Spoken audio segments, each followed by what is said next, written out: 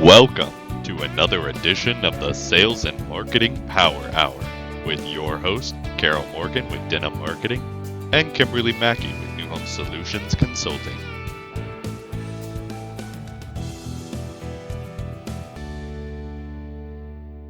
So for those of you just joining us, your eyes do not deceive you. Carol Morgan has brought Sir Donkey to join us.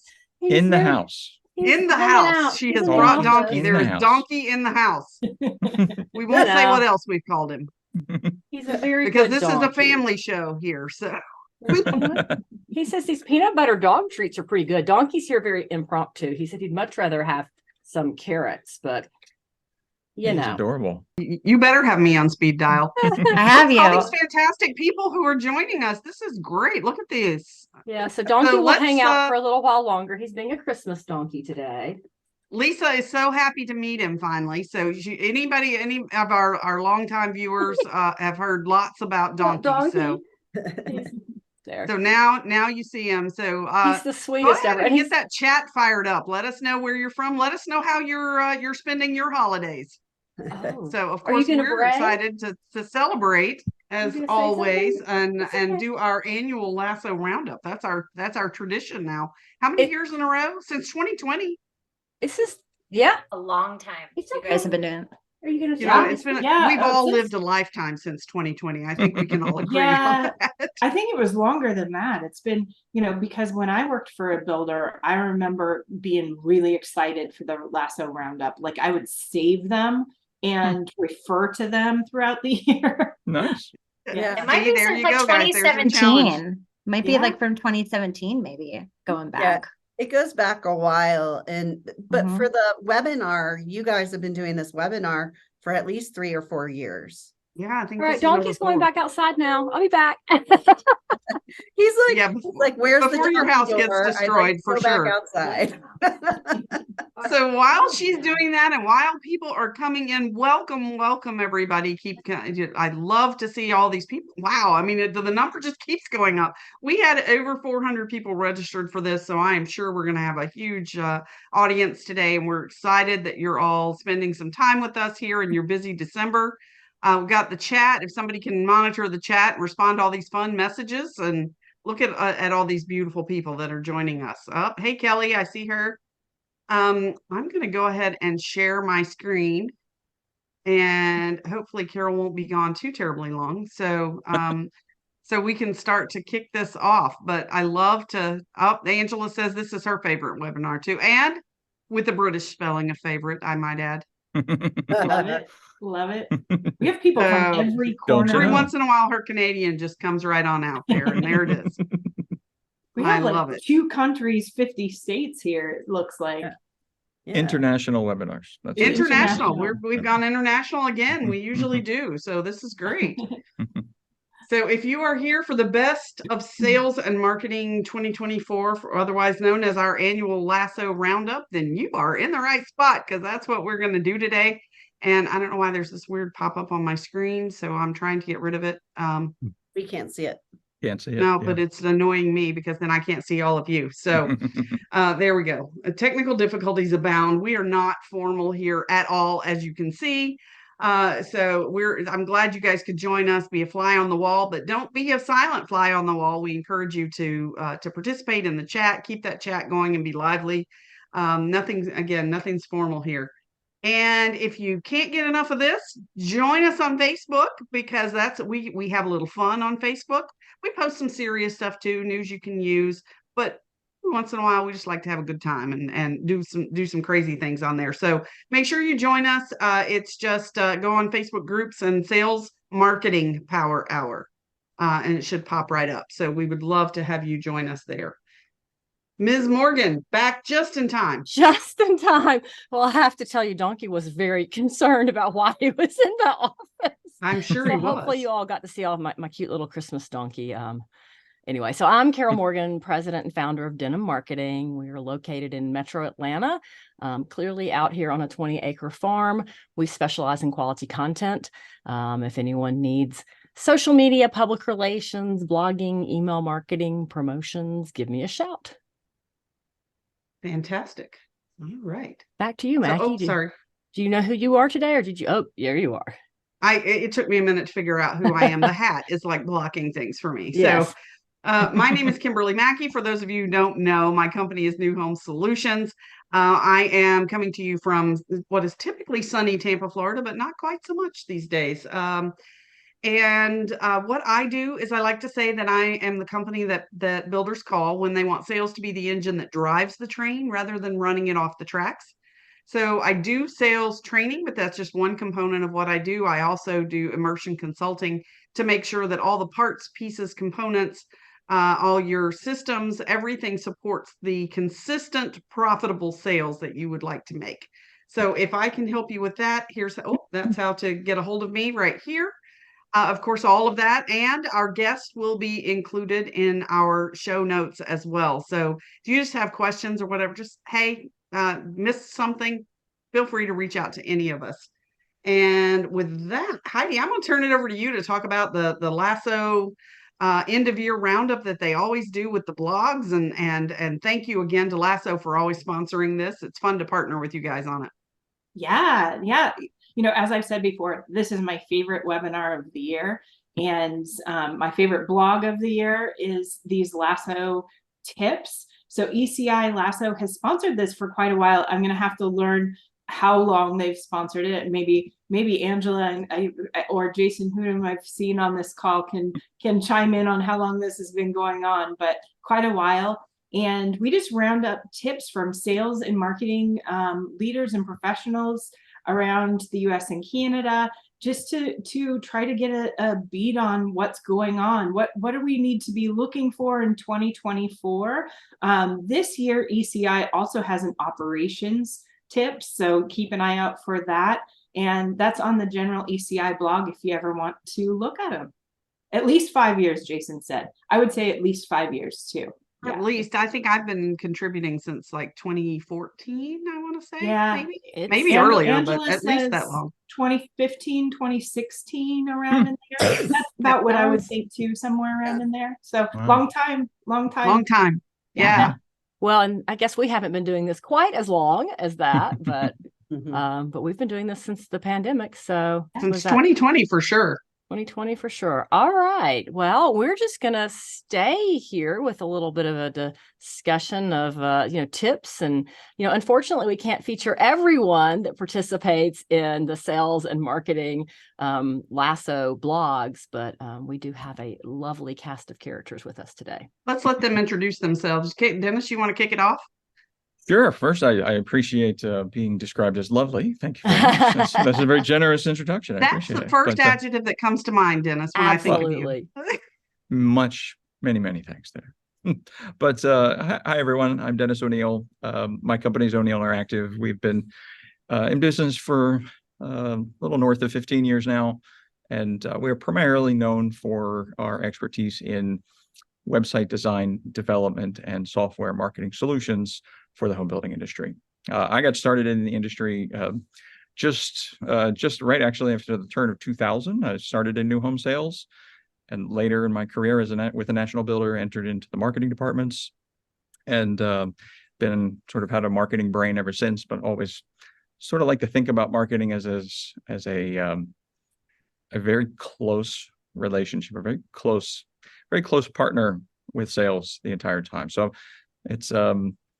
it's just been a pleasure to be able to be in the industry and work with the industry and work amongst the professionals that we have, and just to be able to, keep doing what's fun every year. So it's a pleasure to be here. Thanks for the invitation. Absolutely. We're delighted to have you. Next, we'll go to Haley. You want to give us a quick introduction of yourself? Yeah. Hi, everybody. My name is Haley Naebig. I am Director of Sales of Novi Home. Novi Home, we are in the business of customer experience. And so we work with builders to improve their customer experience with app-based solutions to communicate with their buyer through the whole build process. I like to say that we walk with our builders' buyers from walk-in all the way through warranty. I was looking at the participant list. My background was in online sales before I was at Novi. And so I think Heidi actually helped me get my job at Novi about a year ago. But I was looking at the participant list and I was like, wow, I've probably emailed 85% of these people because I do come from an online sales background. So I am, what do they say, pleasantly persistent. But yeah, I'm super excited to be here. Thanks for including me. And that's We're glad to have you. We are glad to have you. Sara, where'd she go? I lost her on my view. Where is Sara? Did we lose Sara? I don't know. Maybe we lost Sara. Let's go on to Leah and we'll come back to Sara. Leah, go ahead. Sara might actually be letting the dog out. Didn't she say that? Yeah. She did mention that. So yes. So hi, I'm Leah Fellows. My company is Blue Gypsy Inc. And I'm about to have my 14-year anniversary. So in 2010, I started Blue Gypsy Inc. after being in the building industry since 2006 when I got off a sailboat. So those of you who may or may not know me, I was a sailboat captain and a dive instructor before I accidentally fell into the building industry and fell off of boats into the building industry and fell into being an online sales counselor in 2007. So it's kind of funny to see that we have Sara, Haley, and Heidi all used to be online sales counselors before they took over what they're doing now. And I help builders set up, train, audit, strategize, integrate, all those things. It's not just training, it's not just coaching, but it really is strategizing with builders across the country to help them create that amazing customer experience and customer journey that starts with that very first contact. So that's a little bit about me, and I'm here in Denver right now. So with my antlers on, it's not that cold today, so I didn't need to bundle up in my Santa suit. So. Well, it's cold here in Atlanta, so we were making up for you on that one. Sara, we see you're back. We assume you had to let the dog out. my dog started barking, so I was like, I gotta go. But hi everybody. I'm Sara Williams. I'm the director of sales at Anewgo. As Leah said, I used to do online sales. I used to work at Lasso prior to Anewgo. But what we do at Anewgo is we're a visualization and technology company. So we help sales and marketers really improve all different parts of their business. We do lead generation. We do all the visualization. We bring dirt to life, something that's not there. And we really are helping expedite and give confidence back to those home buyers to really get them to the sale faster. In 2024, we're going to be launching an AI-enabled website and offering that. So we're super excited for that too. So we are very immersed in AI, and I know I'm going to be talking about that today. So we're really excited to share that with you. Excellent. Thank you. And Heidi, and thank you for letting the dog out. I was worried about the dog. So Heidi, back to you. Let's hear what you do for Lasso. I know we've heard about Lasso and the history of this annual blog, but let's hear more about you. Yeah, so I'm the senior consultant here at Lasso and in professional services, and what that means is I help our current Lasso clients just become better users through sometimes with training, with business consulting, not only help them become better users, but help them become better at their business. So I work with, I saw the list here, the attendee list here too. And just like Haley, I think, oh man, I know a lot of people on this list. I've worked with them in one way or another, a lot of folks. I have insight into how everybody works in Lasso, the good, bad, and the ugly, right? My background is I came into the industry as an online sales consultant. I think that gives a pretty good background for a lot of things in our industry because we have to learn how everything fits together. And then eventually worked in sales and marketing for a builder and before coming to Lasso about 3 years ago, 3 years ago. Yeah. And I've loved it ever since. And I, for one, am so grateful that we have a Heidi because you make my life so much easier as I'm trying to help my builders integrate and maximize their software. And I'm like, when she always does. She always comes to the rescue. Thank you. Absolutely. Well, I'm excited. Today, we're going to kick this off with a discussion about sales. And we're just going to stay with Heidi here. So what kind of data should sales managers be looking at regularly to assist with managing their team? Well, in coming up with these questions, it's kind of hard. Okay, where do I think things are going to go in 2024, right? And when I've been working with some of our sales management clients, we've been talking about some of the data that's available in their CRM and how to leverage that to make their job easier. That sales management's a tough job, and it's just hard to have insight into what everybody on your team is doing. And so I think, I firmly believe that if sales managers and sales people can leverage the data that's in their CRM, you can really get a good top level insight of what's going on really at your fingertips easily. So I'm going to recommend that every salesperson, and especially every sales leader on this call, make an individual dashboard for each of your salespeople, or each community, something like that.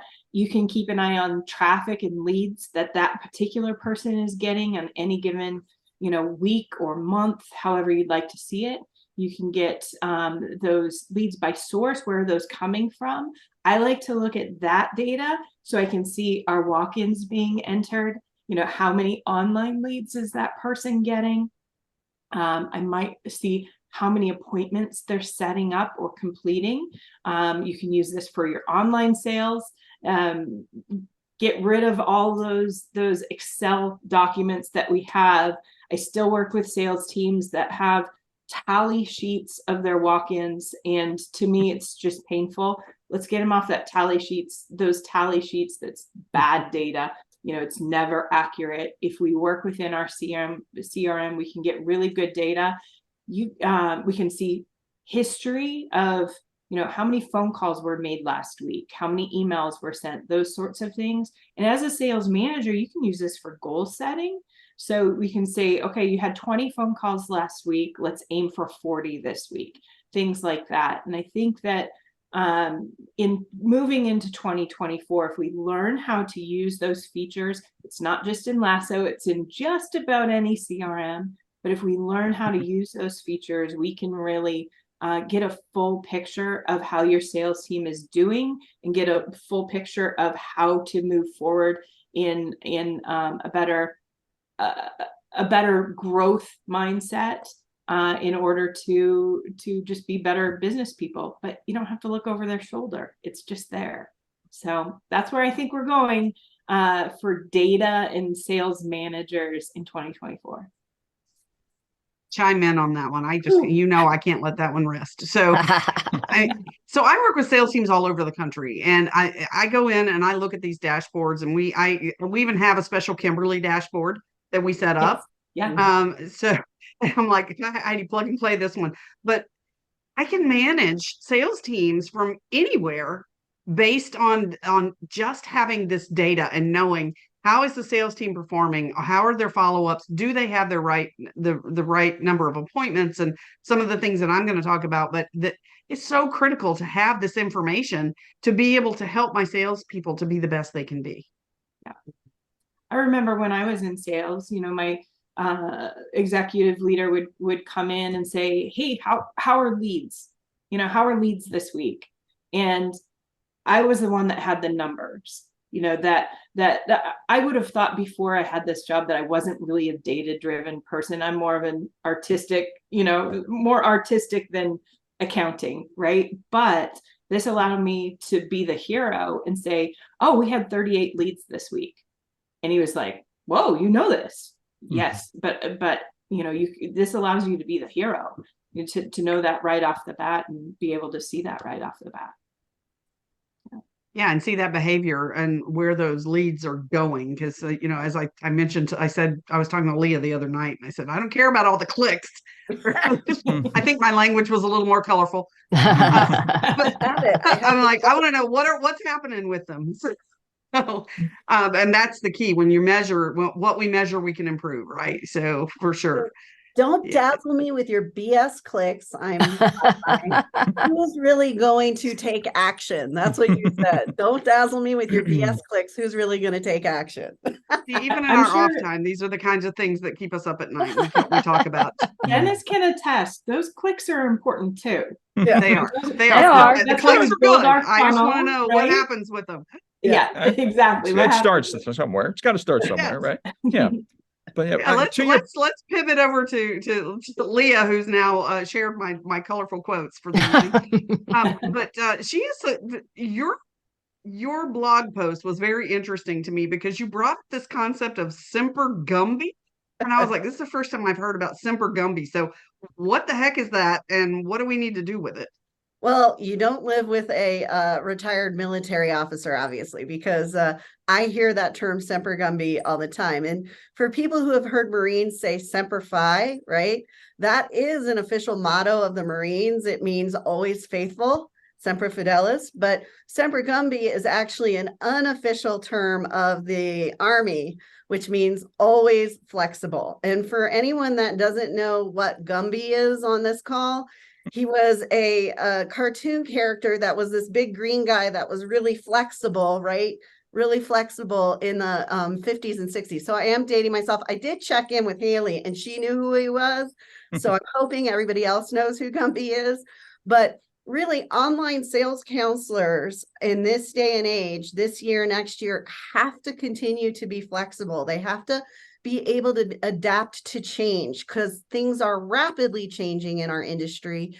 And a lot of people have come into the industry as an online sales counselor, not like Haley and Heidi and Sara and me when we were OSCs and we had to do so many different things and we had to learn how to sell because for me, I was in the market the last downturn. I don't know if everybody else was. I think Sara hit part of that.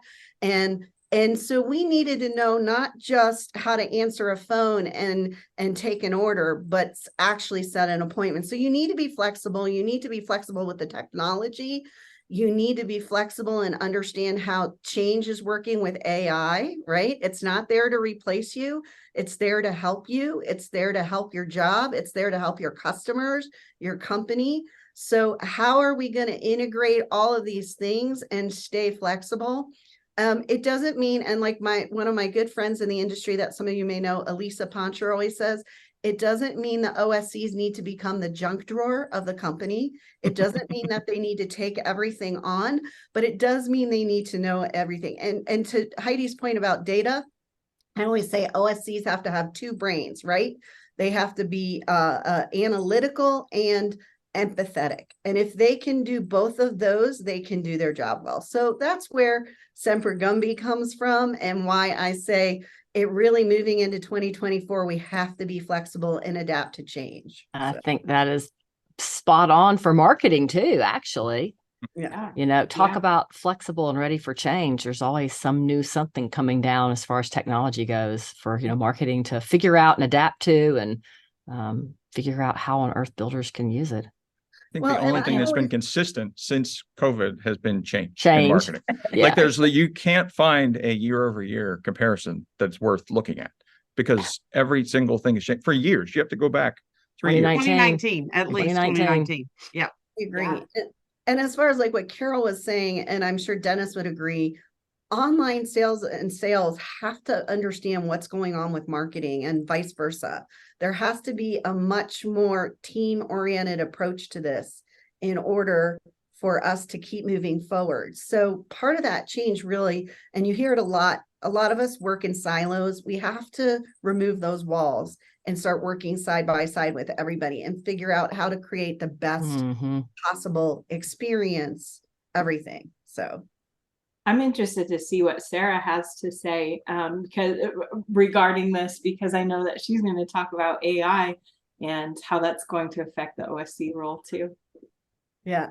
It's so much changing, and Dennis is right. I mean, I think always the only constant is change, right? But definitely that has never been more valid than since 2020. It's like cheese rolling where? Cheese rolling down the interstate? Like, Mhm. yeah, we're all just chasing that cheese. Just a little housekeeping here. I see some people raising hands. So type your questions in the chat. Any questions that you have, we want to hear them. So please make sure that you type those in there, and you can address them just to the panelists, or you can address them to the entire group. So keep that chat going. So make sure that that you're in that chat box. All right. So, Haley, marketing and sales teams being intentional, like, and I think that really, and I think with Novi Home, like you found this niche, like this really nice, neat thing that nothing else was filling. So it really does help us both with the sales and the marketing and online sales all together. So talk a little bit about that. Yeah, absolutely. I just wanted to say, I've been muting myself so that I don't interrupt anybody, but to what Leah was saying about, so my whole thing this year is about intentional alignment, right? Aligning what I'm saying with what I'm doing, aligning my goals with my actions. I think the only reason I was as successful as I was in the online sales position at Level Homes was because of the relationship that I had with my director of marketing. We talked all day, every day. The last day of my time at Level, we both cried. So like, I think that was the main reason I was so successful, is because of that relationship between sales and marketing. And I think online sales is often a good person to be the liaison between marketing and on-site too. Because you have to talk to everybody all the time. But yeah, I'm big into like goal setting and things like that. You know, my word for 2024 just personally is alignment. And that, like, personally, professionally, all of it. And so in the blog, I talked about, first of all, marketing budgets and builders alignments with their vendors. When I was with the builder, we had some vendors that it was a very transactional relationship with, and I would challenge those relationships coming in 2024 with these tighter budgets. I think the best vendors that I work with in my position now too are bringing me new ideas, and not necessarily new products to sell me, but hey, this, XYZ worked with a similar company in this market. Can I tell you about it? And those are partnerships that last. And it's, as a builder, you're getting an extreme amount of ROI from those relationships. So first, intentional alignment with your vendors. I know in the blog post I talked about aligning sales goals with the sales teams that are working for you. Like everybody on this call, I talk to builders all over the place, and the amount of builders that I talk to that still say, I can't get my salespeople to use the CRM is astounding. I can't believe that is still happening. And I'm like, I'm gotten to the point where I'm like, okay, you need a new sales team. Like, I don't want to sound harsh, but like, oh my God, it is 2024 now. Like, you have to use this. You can't, paper reg cards are not going to cut it anymore, y'all. So alignment with the sales goals and who you have working for you, and if they're really a good fit this year, because nobody really knows what's coming down the pike for 2024. Articles say all different kinds of things about the market, but having people that you are in place that you can trust and that are aligned with your goals and are going to be performing the actions that they need to in order to meet those goals. And then the last thing I talked about was aligning what you say to your buyers with what you're actually providing. I know a lot of builders talk about customer experience. It's been a buzzword for a while, but they're not really doing anything to provide a great customer experience. And it doesn't have to be Novi Home. I mean, anything, any way that you stay in touch with your buyers. A big thing that I see is builders not updating their buyers on the progress of their homes because they don't have an update, when sometimes just saying, hey, I don't have an update will be the difference between somebody canceling and somebody not. Hey, I don't have an update, but I'm thinking about you. I'll let you know when we do. And so that's the extra mile that I think just provides an outstanding customer experience and leads to less cancellations and more referrals. You are absolutely right. Communications. Yeah. Communication, man. Over communicate. Really bringing the hard truth. So important. Well, and you look at all these surveys out there about trust and how home buyers don't trust the builders and don't trust the developers. And a lot of it boils down to, in that process, they don't trust them because they're not hearing what the next step is. They don't know what's going on. It's all about communication. So I think that you're spot on. There's a saying that I like that says the biggest problem with communication is the assumption that it's actually occurred. So the idea that, even like saying something doesn't necessarily mean it was heard, right, and received. So that sort of confirmation, that repetitive affirmation, essentially, I think is what so many consumers are looking for, because they come in with this level of sort of uneasiness, and if they don't have that reinforcement without needing to, like you have to earn the right for them to trust. You have to earn their trust in communication, right? You start off with a uneasiness, and so if you drop the ball quickly, you're going to go right into I don't trust you ever. So yeah, totally. Yeah. Proactive and just communicating even when you don't need to, just to make sure. Ding, ding, proactive. Gain trust once lost, right? It's hard to regain that trust once lost. So almost impossible, I think. Yeah, absolutely. Well, I have a question for Kimberly based on your blog post that had lots of numbers in it. I guess I'm the numbers queen. Yes. From the marketing side, Dennis and I hear a lot, we want quality leads, not just a quantity of leads. And I feel like sometimes that, all the push for the people walking in the door or, contact us online, goes back to the marketing department, right? So do you feel like salespeople should contribute any to building any of their own leads, or is it really 100% the marketing department?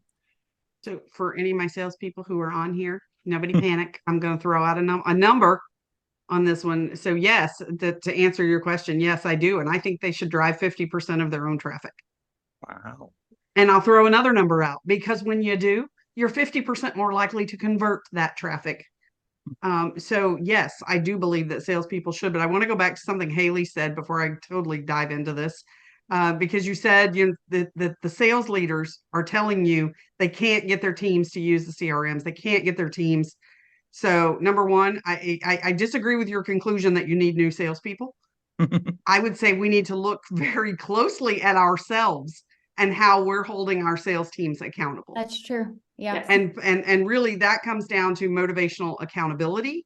So then getting your sales team to know their numbers, know what's expected of them every day, and to walk beside them. I'm very big on leadership from the side, walking beside people. And every week we hold them accountable. We talk about these things. We talk about what they are doing to drive their own business. So that comes right into again, what we were talking about, Carol. But I use a very simple formula. It's not hard. So it's 10, 5, 2, 1. And I beat this drum. I understand. I talk about it a lot because it's so simple yet so important. So salespeople need to drive traffic. For the average salesperson with a 10% conversion rate, they need to drive 10 traffic, or they need to have 10 traffic units per week, 10 prospects, right? And those are unqualified. Those are not A, B, C, or D. They're just bodies that have expressed some interest. I mean, unless the FedEx guy is buying a home this week, they don't count.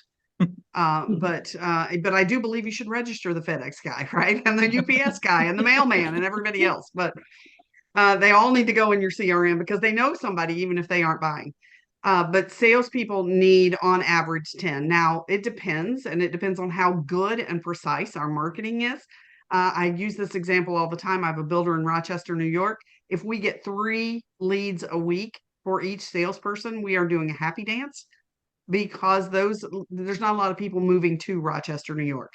These people are very familiar with the area. They're very familiar with the tax base. They're very familiar with the builder. They're coming in that funnel much further. They're identifying themselves to us much further into that sales funnel. So they know, what they're looking at. So our conversion rate is still where it needs to be. 5 is the number of first appointments that a salesperson needs to have every single week. 2 is the number of be-back appointments. And a person could be a new lead, a new registration, and an appointment, as long as they set up, or their OSC set up for them, a date, a time, and a place to meet, not sometime on Saturday. Sometime on Saturday is not an appointment, but 1 o'clock on Saturday at the model center is an appointment. So there's my definition of those. VBACs are those people, obviously, that we either close for the sale on each appointment or we close for the next event. And that creates your BBAC appointments. And the one in my 10-5-2-1 formula is 1 sale a week. And in my world, salespeople get at least 2 weeks of vacation a year. Doing my math, I think there's still 52 weeks in a year. So if they take 2 weeks of vacation, that's 1 sale per week.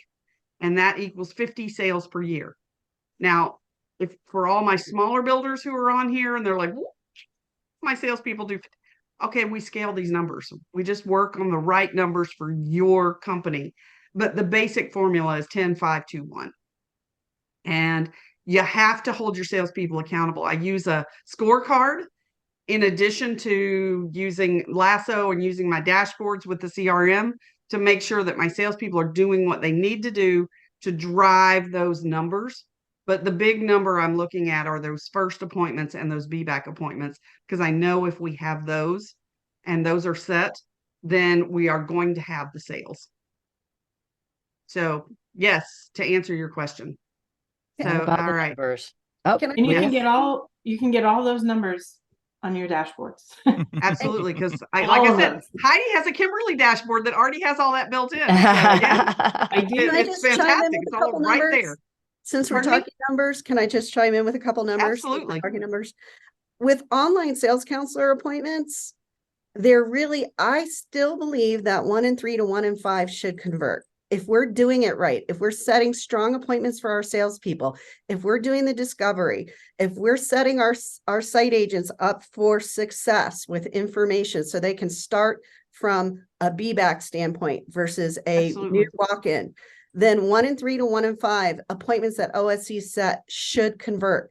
That's 20 to 33% of appointments that show to conversion of sale. Now, I know that we sometimes see it at 18 or a little lower, but when I see those numbers in the 6-8%, there's something going on. There's something wrong there, either with the quality of the appointments being set or the amount of attention being paid to convert that appointment to a sale. And we know it doesn't have to happen on the first visit, but it will all come out in the wash and it should be there. So I just want to add that to Kimberly's numbers for people to understand how strong those appointments can be in helping you gain those sales.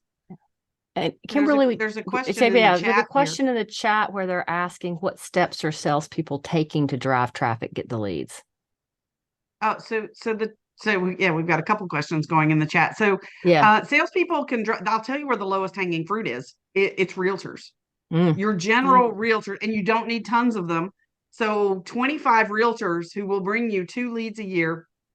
These are people that you know, they're like inviting you to their Christmas parties. You're on the speed dial. You're doing at least 2 deals a year. You've got a relationship, not just you blast them with emails and your bomb videos and all of that stuff. These are people you have a relationship with that'll bring you 2 deals a year. 25 times 2 equals 50.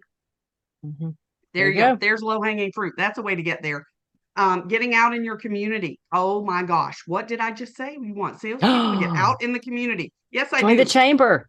Join the thing that you join like something. doing. Yes. Ninja Sales. Read the book Ninja Sales. That's the best, to me, it's the best general real estate book that's ever been written. Because I disagree with 90% of them out there. But that one talks to you about how just wear branded apparel. Go stand in line at your grocery store and have your badge on. Like, look for opportunities to have conversations with people and get out of the sales office and do something that is not just industry related. Obviously, support your HBA, get involved in that, realtors, but also get involved in your BNI groups, in your Women's Council of Realtors, in like whatever other community event, coach the softball league. I don't know, get out there, whatever you enjoy doing, and just make it pay off and make sure everybody knows that you're the new home sales expert. We have another question for Leah. My team seems to have a lot of trouble connecting with online leads. They're often unresponsive. Do you have any tips? Well, is that a team of OSCs or is it a team of agents? Because it depends on where your online leads are going. OSCs should have a very consistent, persistent follow-up process. And if they're going to agents, your agents are busy with lots of other tasks. And in every survey I've ever done, agents typically try about 1 or 2 times to reach a lead and then they give up. So it really depends on what your process is on that and how you're doing it and how quickly you're responding too, because people want an answer quickly. We want that 5-minute or less response time. That's why we have online sales counselors and online sales counselor teams. So if they're going to the agents and the agents are in the middle of a showing or something like that, they're not going to get to that lead until later in the day, next day. Sometimes we've seen, Carol, in our survey, 14, 17 days before anybody reaches out, right? The survey we do every year with Melinda Brody and company. So, you've got to, I need more information to tell you how to fix that. Feel free to reach out, do free consultations. You can brainstorm with me, but we got to talk. So great tip. Yeah. Let's move on to our marketing discussion. So Sara, okay, here we go. The big elephant in the room. Not that Sarah's the elephant in the room, but AI is the elephant in the room. Let's talk about artificial intelligence and the fear that people have when it comes to that. And I know Carol and I are really looking forward to our conversation at the International Builder Show. We're presenting with John Lee and Will Zhang. I see Will on here. And some other experts in the industry on AI and how it's impacting our industry right now, not to mention what's coming down the path. So talk to us about that and maybe dispel some fears. Well, I'll dispel some fears, but the first thing I wanted to talk about is there was so much talk in the blog this year about emotional intelligence. And I just feel lucky because there's so much talk about AI over the past year. There's, that refocus on emotional intelligence. So I want to express that is so important. And I did talk about that in my blog post too, is knowing what the AI doesn't know. You're the differentiator. But I will say the bigger AI grows, the less of us will be needed. And I know that's, not what people want to hear, but that's the truth. I mean, I have friends in industries outside of home building that are losing their jobs right now from technology. I sell technology. I can tell you, people invest in technology for leaner teams. They don't have the money. They do want some less people. People aren't awake 24/7. People do have to take sick time off. People do have different situations. So technology is for companies to work leaner and more efficient than humans. So I'm not here to scare anybody, but I also want everyone to take that to heart, because if we're not the best at what we do, our companies are going to keep the best of the best when a robot can do your job. If a robot can do your job, let the robot do your job and be better than the robot. So I really want to express that emotional intelligence, knowing more than what a chatbot or somebody can answer, is extremely important. Knowing financing. If you're not perfected in your sales and marketing skill sets, talk to Kimberly, talk to Leah, talk to your agencies and get that training. Talk to Carol, refine those skills so you can rise above from maybe if you're kind of, and I like to think everyone's a rock star, but not everybody is a rock star in whatever they do. So now's the time to not rest on your past successes. It's to elevate yourself and definitely grow your skill set. I'm out there reading as much as I can, because guess what? I'm a salesperson just like a lot of the people. I'm also in marketing. I can be replaced potentially over time if I'm not better than or understanding. And the people that will get replaced or be the people that don't know how to leverage AI, the marketers and the salespeople. So that's really, really important, is that if you are one of those people, which I used to work at Lasso, I work at Anewgo. Haley was cracking me up saying people don't use their CRM. Guys, if you don't use your CRM, and I hate to say, Kimberly's we need to look at accountability. AI is going into CRMs. AI is going into ERP systems. AI is going into on your website. AI, and this is what I really wanted to talk about, is that search engines have conversational chats. And those search engines, guys, are before you even get to your website, before they even discover the home builder. So Google, I use you.com. I'm talking as a consumer to my chatbot in my search engine. I'm getting a lot of those questions answered that me as an old OSC or a salesperson could potentially answer about that builder before they even land on your website. So this is what we're talking about, is that we all need to be really aware of how the whole process is about to change. And it's starting even before they discover us as a builder, because search engines are changing. And if I'm talking to my search engine, I don't need to talk to potentially to ask a quick question, because I've gotten all those questions answered when I'm still in search. And then when we get to the website, these folks are way further down the sales funnel. So that conversation with sales and marketing and OSCs are going to look really different than what it was last year, 2 years ago, and 3 years ago. So that's my biggest thing is AI. I'm here to dispel some things, but I also want us all to really wake up and really wake up to how things are changing. And if you haven't read an article or you haven't even touched ChatGPT yet, get with the program, guys. Like, it's time to, I built my own GPT, and it's I hate to call it a consultant, but it can answer questions. I created one for my own job so I can do my job faster. Don't be afraid of it. Embrace it, because guess what? CRMs are adding AI. So everybody's going to be able to work way faster. So if you're not top of your game, you're not the linchpin of your team or of your group of team members, there is going to be a thinning of the herd. And only those other folks that can work with AI and can work with technology and then aren't tech averse are going to rise to the top, and everybody else is going to need to find a new career path.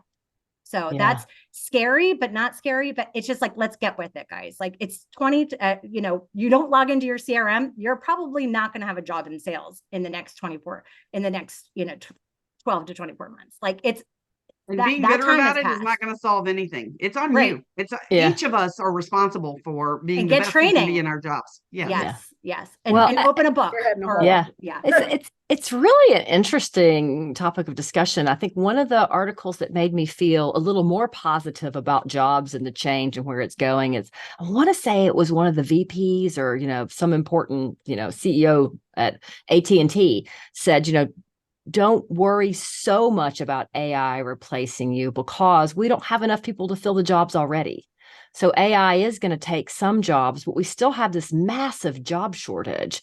Correct. So, figure out how to use it to work smarter and work faster. And just like you said, Sara, create your own GPT, figure out how to do things faster, but still sound like a human, because that's still the emotional part of it is key. And that's what we need to know, the skill sets that an AI bot can't do, because that will differentiate us. Like, we all are humans. People still want to work with humans, but guess what? I hate calling people to ask a question. and Heidi and I always have this conversation. That's like at the end of my process, not the beginning of my process. And yes, I was an OSC, and we love to think that everybody wants to talk to us. Newsflash, nobody wants to talk to you until they're way further down the funnel. Right. They really don't. They really don't. Like, I don't want to have to talk to a physical person until I'm further down. And I can guarantee majority of the people on this webinar feel the same way. It's just hard for us to swallow, because business has been done a very specific way for a long time. Can I ask a question? Yeah. Sara, for people who say they have not educated themselves about AI yet, right? Mm-hmm. Where would there are so many articles and so many post after post after post after post after post, where it's like, what is the best place to just give yourself a baseline education about it? Oh, girl, I've been immersed in this for over 2 years. So I need to go back 2 years ago. I mean, I follow thought leaders on LinkedIn. And again, I'm probably 2 years ahead of most. I mean, I don't want to say for Dennis or other, I hate to say it, I have no idea what people do in their spare time, but this is what I do in my spare time. Spare time? What is that? What's that? Yeah, what a novel concept. I got 2 babies that I put to sleep at night, so I have my AirPods in and I'm on the internet. I can send you Mhm. articles and links of who I follow, but it's not, it's like who resonates with you. It's like anything else, right? Certain trainers resonate with you, but LinkedIn, I follow AI generative. It depends on what, because AI is so massive. And I was actually going to talk about that. We all have been using AI for probably the past years. 6 or 7 years with Siri, Alexa, face recognition. We've all been using AI, but this latest past year, generative AI is quite different. And conversational AI, which is what I kind of chose to talk about on this call, is the search bots. Like it's all conversational. So yeah, there's a lot of thought leaders. I can send you resources. I mean, it's not just one place, I hate to say. And I hate to say, like, there's really nobody in the industry that to follow. So I can't say like Yeah. it's going to be in the industry. There's a gal, her name's Allie Miller. I'm happy to link her LinkedIn. She is a huge LinkedIn. She has 1 million plus followers on LinkedIn. I've been following her for over 2.5 years. She's amazing. She's Amazon, Microsoft. She's come from, and she's been in AI. She's a Wharton school grad, I think, Yes. but she's amazing. Yeah. Sarah, if you want to send Mhm. your list of links to me Yeah. or Kimberly, and we'll make sure Absolutely. that it gets in the show notes, and we'll make Sure. sure that when we send our email out, thanking for everybody for being here today, that Yeah. they get those as well. Yeah, That would be sorry that it's fantastic. not like one Yeah. place, because there isn't, and Dennis can probably check, Right, like, there's really not absolutely. one place to gain that intel, Yeah. like Well, the intel. Yeah. And it's Speaking almost of like, what Dennis, kind of AI is it that you want to talk about? And then Right. to your point, Sarah, it's like yeah, it's a tough question to answer. It's kind of like, how much does it cost to build a house? Well, what kind right. of house do you want to It talk depends. about? Yeah. Yeah. It depends. Well, Dennis, I know there's been some things that have happened recently in AI development that have changed your outlook on the potential of its impact. Do you want to talk a little bit about that, since we're on the topic of AI? Yeah, everything on this call has been related to it. It's so hard not to like go back and connect all the dots back together, and just seeing sort of the influences in different spaces. And, Sarah, to your point, we've been using it. One of the first times I had heard a large scale number quoted around instances of use of the AI is Facebook's autocomplete for chat, like guessing your next words or your next 3 words, like those things. And those are now built into Gmail, right? So and then these are things that we've seen sort of for a long time. And I think AI has been for a long time, just like so much tech it is potentially the victim of overhype, right? Meaning, like, especially in the earlier days, going back even a few years ago, there's sometimes there's a bit of an overpromise, right? Or like a fear, maybe not a fear, that's not the right word. I think it's sensationalized, right? And I love tech, don't get me wrong. So I think of tech in sensational ways, right? So like I think it's a great idea. What I get concerned about sometimes is when people will hear something, and to be clear, I am saying it is time to pay attention to AI for sure. But at the same time, I get worried that sometimes people get overwhelmed with the concept of saying, oh, wait a second, they're saying I need to do this now. Where do I start? Where do I go? And it's kind of difficult for people to understand what they should be using it for and how it could actually help them be better at their job, right? So, to that point, like we talks about the fear of being replaced. I think the fear is like, well, wait a second, unless I learn this, I'm going to be replaced. And we end up finding, we've seen people like adopt tech for tech's sake, like using something just to say they've used it, or to like check a box or to get a resume item. But in fact, it's more important to understand how is it going to make them a better professional. And I think that's sort of the key is that I mean, I'll play with tech all day, and it doesn't have to have a productive purpose, right? I'll have fun with that, but I understand that's not everybody wants to do that. The same thing with the CRM. I feel like, and I've dealt with the problem of salespeople not wanting to use a CRM for, decades, just like everybody else has. But the reason I feel like they don't do it is because they don't believe or think that it could make them better. If they believe they would sell more, if they believed that they could do a better job, then they would use it. If they believe the CRM made them better, then they absolutely would use it. So there's still a little bit of a belief issue, I think, in how some people think of technology. And I'm going to go all the way back to the very beginning. And Heidi, you said you were talking about you're not really a numbers person, you're more of the creative side, but you like numbers and you can make things work with numbers. So that I think sometimes is so I think numbers can be a beautiful source of creativity. So I think of myself as a creative person. I think I enjoy that space in my brain, but data's all around, and these are just building blocks for me to create something new with. So I think salespeople sometimes, and others, not just salespeople, but that's obviously most of who we're talking with today, sales and marketers, might think of technology as like, I'm not a computer person, or I'm not a tech person. So they think of it as in something it's an identity thing. It's more not necessarily about they're not that person, but we're all tech people. Like you cannot exist today in society without being interacting, right? So that I would encourage folks to not resist it, or just think of it in a different way. It's okay to look at something that somebody else is excited about and going, I don't get it. Right? That's totally fine. But think of it and look at it instead and going, well, I see somebody's doing X, Y, or Z with it. If I could do A, B, or C with it, then I could get more done, or I could reach more people, or I could find new things or new opportunities that I can't find today. And that brings me finally back to the question, actually, Carol, is that what I am most excited about now, where I think that we are sort of now getting into a threshold of capabilities with artificial intelligence that will sort of open or unlock a unbelievable number of practical uses, right? So the kind of and that's where we go from the bridge from sort of theoretical uses and excitement around the tech and the opportunity to practical uses, which is when we really need to pay attention from a business process perspective. How can this make things run better? How can it make people better at their job? We're getting to the point of sort of the goal line eventually is the artificial general intelligence, but the idea that right now AI can do a great job of ingesting lots of information, learning from its mistakes when it gets taught what the mistake is, and sifting through, just like Google sifts through, right, millions and billions of web pages to give you the answer. A well-trained AI can sort through unbelievable amounts of data to get you the answer that you were looking for.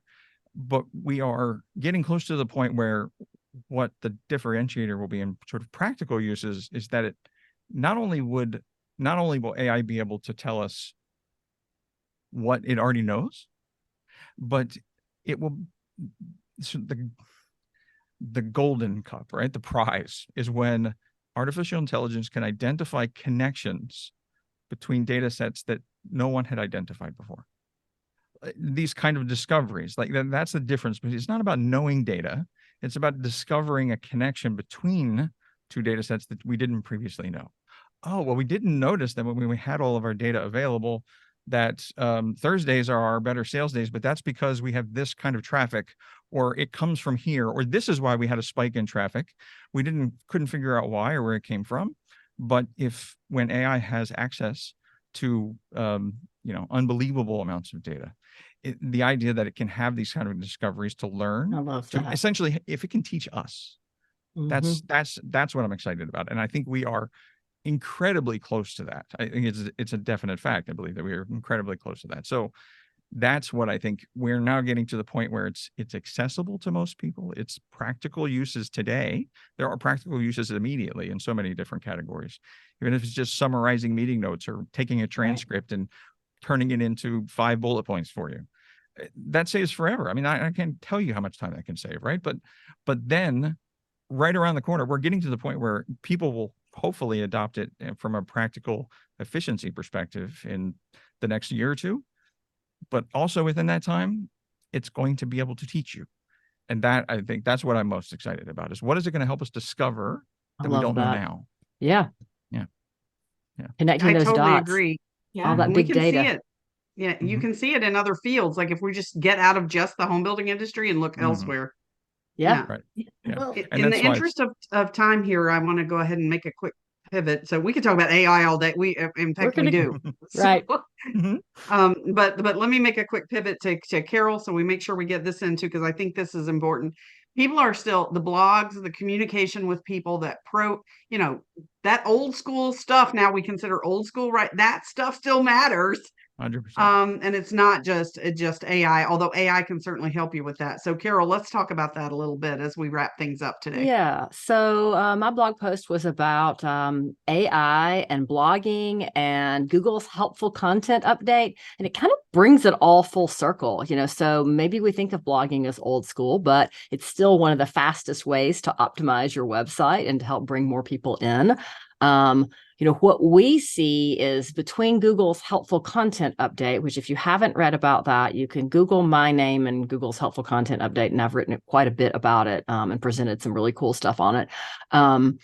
But it's all about writing for humans, and humans are using search engines and AI. So we're going to also have to start thinking about longer, deeper content, content that's very authoritarian on our site. So, being the expert on everything as it relates to your company, because what we don't want to have happen in the next 3 or 4 years is as ChatGPT and, Bard and some of these other chats start to index more and more and more of the internet, I certainly don't want them to ask a question that your company is the obvious answer to, but you don't have enough content online for you to be seen as the obvious answer to that question.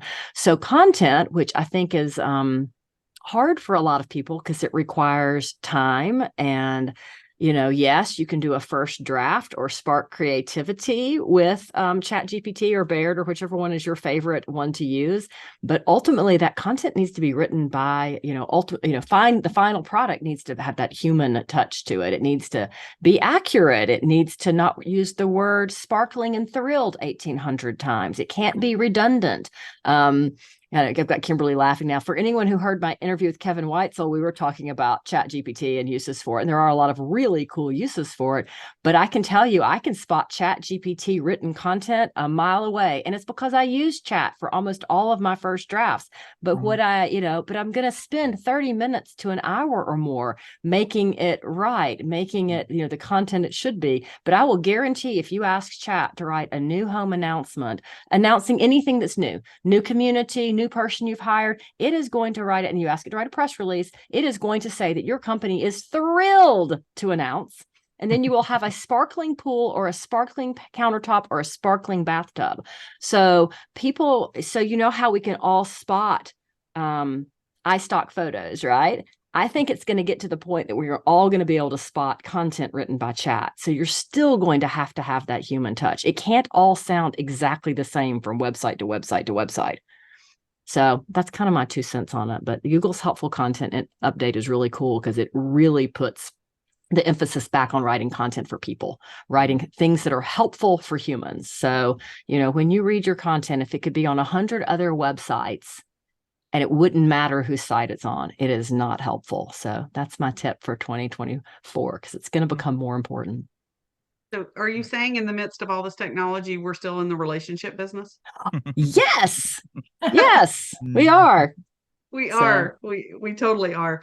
So much good stuff going on in the chat. We have one question. How many blogs a month do you recommend, Carol? I think oh my gosh, that answer is it depends. More is always better, but I certainly hate to see somebody write 6 blogs this month and then none for the next 6 months. So I'd rather see you do 1 or 2 and keep that consistency, because every time you write one of those blogs, you're pinging the search engines and saying, hey, come crawl my site again. If you stop making updates, then over time they'll stop coming back to your site and stop crawling it. So, less is more. It's going to depend on the size of your staff and what you have going on. That's a hard question. That's, I guess Sara got one of those questions earlier, and so did Leah, and so did Dennis. But, if you've got the content and you've got the staff, sure, write 4 to 8 blog posts a month, but they need to be, they need to have authority. They need to be relevant. They need to make sense for your company, and then vary them, between 400 words and 1,200 words or more. And I know you're all like, oh my gosh, I would never read a 1,200 word blog post. But if you use headers and bullets and really segment it out, people will, go to the section of it they want to read. AI is reading it. So that's the important thing. The AI and Google's reading and it Google, for sure. Right, Google, yeah. right. Yeah, absolutely. So we had a lot of chat going on. If your question did not get answered, I will send the chat out to our panelists. We'll make sure they get with you. So we will get all of your questions answered, and I will do my best to get this video turned around and back out to everybody. So much great information here. Thank you, everybody, Fantastic. for And joining thank us. you, Kimberly, for always editing these videos. So she is amazing. So not It's so much something fun. I live to do it. We gotta Don't introduce it edit to out AI the for video donkey. editing, Yeah. I think. Leave well. the donkey.